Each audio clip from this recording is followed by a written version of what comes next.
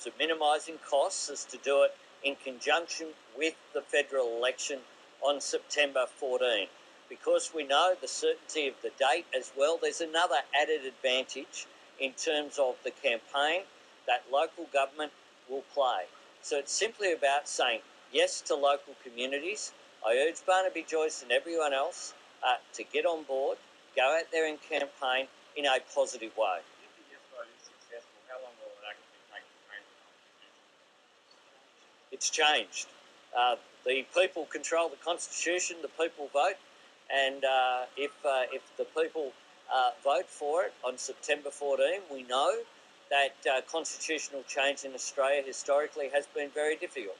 This has been put before the Australian people twice before, and it has not been successful. But on those occasions, it did not have bipartisan support. This proposal does have bipartisan support.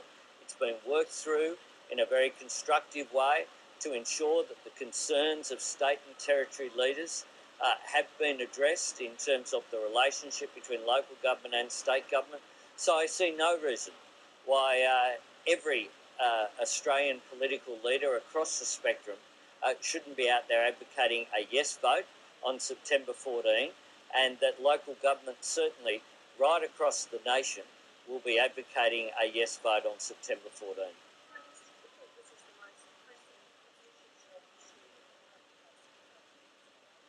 I think this is an important constitutional issue, or I wouldn't have given the commitment in 2010 for change, and we wouldn't be here today announcing it. I think it is important to local communities that they have local government there, recognised by the Australian Constitution, that our Australian Constitution catches up with the reality of how people engage and intersect with government today. And that reality is that people look to their local councils for a wide variety of services. It's the most immediate form of government for people. It's the one where they feel the really direct nature of the relationship. And given that, I think it's important that the Australian Constitution reflects it.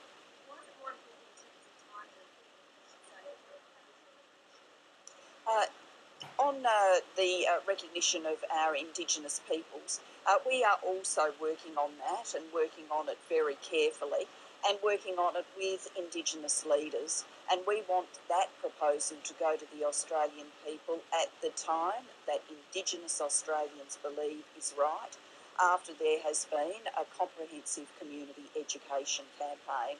We took counsel from Indigenous leaders about whether or not it was appropriate to move at this stage to the referendum. The advice we received from many of our most senior Indigenous leaders was that they didn't think the time was right, that they wanted further time to do work in the community, to get a real groundswell of change here like there was for the 1967 referendum, and we are working with them, including resourcing their efforts.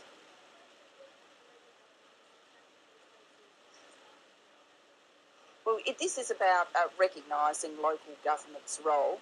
Decisions are made by federal governments and by state governments and by local government themselves, which goes to their available resources. As Prime Minister, I'm very proud that we have worked strongly with local government and will continue to do so in the future, including making available resources that have made a real difference for community lives.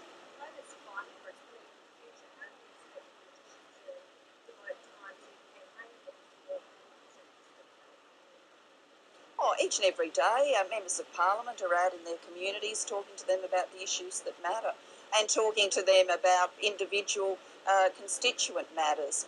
If you look at a parliamentarian's time, and you might want to talk to a few about what their day consists of, it consists of working with individuals who might have issues that they need their local members' help on.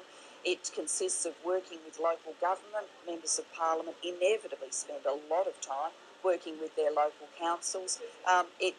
It consists of being out there with local community groups, going to local schools, going to local healthcare services, and out there doing the kinds of things people more directly recognise as political campaigning, particularly as we move to election day. Across the broad sweep of what local members of Parliament do, I think that they will have the opportunity, working with their local councils, to support the yes case. Okay, is that Mr. Albanese, F3 to M2, there's some money. we'll do all of that? Is that the end of questions on the local government referendum? Yes. Okay. Thank you. Thank you. Thanks a lot. Thank you. No worries. Thank you Thanks, very Ray. much. Thank you. Okay, so we've got other questions of the day. You have one? F3 to M2, front page report that there's going to be some money in the budget for it, is that? Well, I've brought the expert with me, so I'll turn to the expert. I can certainly confirm that we've been in discussions for some time with Transurban and with the New South Wales government about progressing the F3 to M2 issue. We've had $150 million in our budget since 2008 to progress that issue. And certainly the discussions have not concluded. There's ongoing discussions about this important road. But we also established 2 years ago the Infrastructure Finance Working Group. And that is looking at ways in which we can facilitate private sector input into infrastructure, given the constraints that are there on government finances. Now, it looked at a number of models, and obviously one of those models could apply for the F3 to M2. We also, it's the case that in last year's budget, we announced money to progress the F3 to M2, but also to progress other Sydney motorways, particularly those that would have a benefit in terms of productivity and freight. The F3 to M2 is a missing link in Sydney's road network.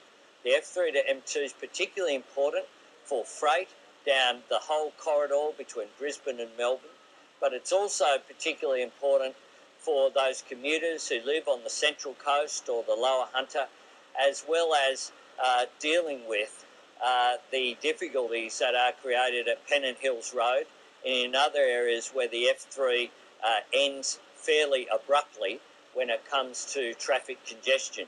So we're working with the state government, working through these issues. They're not finalised yet. We're working also with Transurban, where we've had constructive discussions. I met with the Transurban board as early as a couple of years ago about progressing these issues. Further announcements will be made when they're finalised, but there's no doubt that this is an important road for Sydney, and it's important that infrastructure development be progressed in terms of dealing with traffic congestion in Sydney. Look, those details would be up to the state government. The federal government doesn't impose tolls on roads. Those are a matter for state governments. Well, I think, to be frank, the reporting of it has all got a little bit silly. I went to Marsden State High School yesterday. I got a fantastic reception. Lovely kids, very excited that I was there. Lots of wonderful shouts of support, and, kids just very, very full of energy and very excited to see me. So my recollections of being there are always going to be of a wonderful event with a lot of excited kids.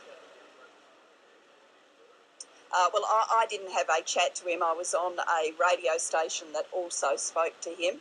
I met yesterday the principal of Marsden, Alan Jones is his name. The principal of Marsden, obviously there's more than one Alan Jones in Australia. This one's the principal of Marsden. He's a great leader of that school. He's actually introduced into that school ways of getting kids engaged in vocational education and training so that they end up with a trades qualification that is an Australian leading model. So as for matters of management of the school, I'll leave it to the school principal.